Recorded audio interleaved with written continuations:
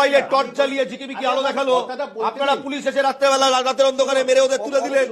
আমি একটা কথা বলছি পরিষ্কার করে, মার্চ মাসে টেট বা এসএলএসটি নিয়ে যা স্বচ্ছ ধারণা আমার আছে, হ্যাঁ, পশ্চিমবঙ্গের স্বচ্ছ ধারণা এমন কারণ নেই। আমি হলপ করে বলি, আপনার তো সেই জন্য আপনার তো উচিত মুখ্যমন্ত্রী মমতা বন্দ্যোপাধ্যায়ের কাছে গিয়ে বলা যে এদের চাকরিগুলো দেওয়া। অবশ্যই এদের জন্য তো সমাধানের সূত্র আমরা বার করে নিয়েছি।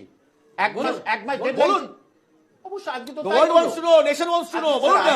1000 দিন ধর্ণা দিতে হবে, না হলে কি আমরা সমাধান পাবো না? শুনুন না, এক মিনিট উনি অত্যন্ত গুরুত্বপূর্ণ কথা বললেন।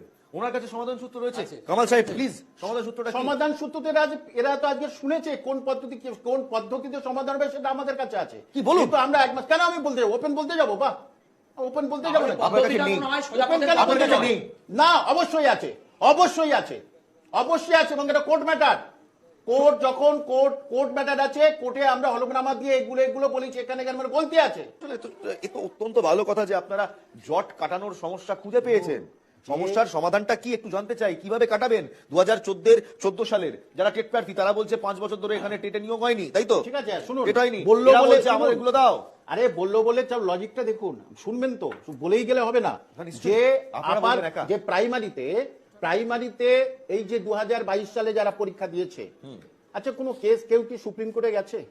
না, আমরা 22 সালে একদম আইনি জটিলতা মুক্ত। না, 17 যেতে পারে। 22 সালে 22 প্রত্যেকটা জায়গায় একটা একটা করে কেস করে রেখেছে সুপ্রিম কোর্ট। এবং লাস্ট হচ্ছে কি, যেটা আমরা বিএড গুলোকে ওখান থেকে সরালাম, বিএড গুলো সরালাম, সুপ্রিম কোর্ট বলে দিয়েছে। আমরা এনআইএসটা সুপ্রিম কোর্ট আয় দিয়ে দিয়েছে, আবার সুপ্রিম কোর্ট বলে দিয়েছে এনআইএস তাদের 1 মাস সময় দেওয়া হলো, তাদের সময় দেওয়া হলো, তারা যদি কোনো রকমের ডকুমেন্টস নিয়ে আমাদের কাছে আসতে পারে, তাহলে হচ্ছে কি তাদের কথা আমরা শুনতে পারি। তাহলে সেই যে রায়টা দিল এনআইএস, এবং যদি এনআই যেই রায়টা যদি দিয়ে দেয়, আবার ফের লাস্ট যদি রায় দিয়ে দেয় যে এরা বুঝতে পারবে না, তাহলে সেখান থেকে আবার তাদেরকে সরাতে হবে। যে প্যানেল আছে, প্যানেল থেকে বিএডদের সরানোর কাজ প্রক্রিয়া শুরু শেষ হয়ে গেছে। এবং এই যে আবার যত সালে পরীক্ষা দিয়েছে তাদের আবার বিদেশ আজকে খাতির আদর আপ্যায়ন তো বেশ ভালোই পেলে পুলিশের কাছে। এটাই তো শিক্ষক হিসেবে মনে হচ্ছে এই রাজ্যে আমাদের যোগ্য জবাব পুলিশের হেনস্থা। এটা খুব কষ্টের দিন। আজকে আমাদের এই 6টা বছর অপেক্ষা করে আমরা টেট দিয়েছিলাম, ডিএলএড পাস করে কোয়ালিফাই করলাম, কিন্তু ইন্টারভিউয়ের জন্য পুলিশের কাছে হেনস্থা।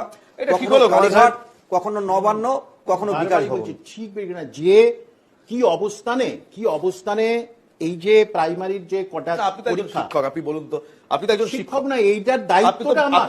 এরা কোনো আপনাদের ছাত্র ছিল, এই পলাশ, এই বিদেশ গাজী, স্যারেরা তো বই পড়েছে। এক্স্যাক্টলি, আপনার বই পড়ে এরা বড় হয়েছে। এটা তো আপনারও ছাত্র, আর আপনার ছাত্রদের পুলিশ ধরে পেটাচ্ছে, আন্দোলন করে নিজের ন্যায্য দাবি চাইছে, পুলিশ ধরে পেটাচ্ছে। পেটানোটা একেবারে, যদিও পিটিয়ে পেটানোটা একেবারে কাম্য নয়। কে পিটিয়েছে? কে পেটাইছে? একেবারে চড় মেরে তুলেছে গাড়ি, সেটা পুলিশ যারা আছে। প্রতিবন্ধী এক যুবককে, সুভাষ বলে নাম, পৈলানে বাড়ি, তাকে চড় মেরে রীতিমতো গাড়িতে তুলেছে। সেটা পুলিশ আধিকারিক জবাব দিতে পারবে, কারণ সেটা জবাবটা আমি দিতে পারবো না। পুলিশ মন্ত্রী দেবেন না? পুলিশ মন্ত্রী দিতে পারে, আমি তো পুলিশ মন্ত্রী নয়। সুতরাং এটা টপিকস না যে জায়গায় যে মেরেছে, কেন, কি করেছে। কিন্তু এটা ঠিক যে এদের সমাধান করা একদম, আমরা বললাম লাস্ট শেষে আমরা চলে এসেছি, বিয়েটা বার করে দিয়েছি ওখান থেকে। প্যানেলের 12টা বেজে গেছে।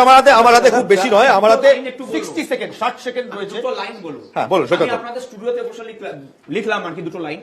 আমার শ্রদ্ধেয় স্যার আছেন, তার বইও আমিও পড়েছি একটা সময় কম্পিটিটিভ এক্সামের জন্য। আমি তাকে ব্যক্তিগতভাবে সম্মান করি, তার সঙ্গে হয়তো মতাদর্শগত ভাবে আমার মিল নাও থাকতে পারে, ঠিক আছে, তাতে কোনো অসুবিধা নেই।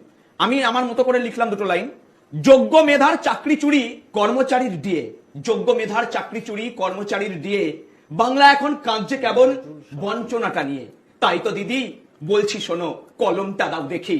দুর্ভাগ্যের দিনলিপি তাই সযত্নে আজ লিখি। দুর্ভাগ্যের দিনলিপি তাই সযত্নে আজ লিখি।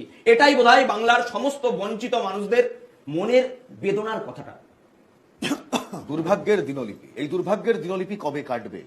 দুর্ভাগ্য থেকে কখন সৌভাগ্যে পরিণত হবে চাকরি প্রার্থী এবং জিয়া আন্দোলনকারীদের এই আন্দোলন?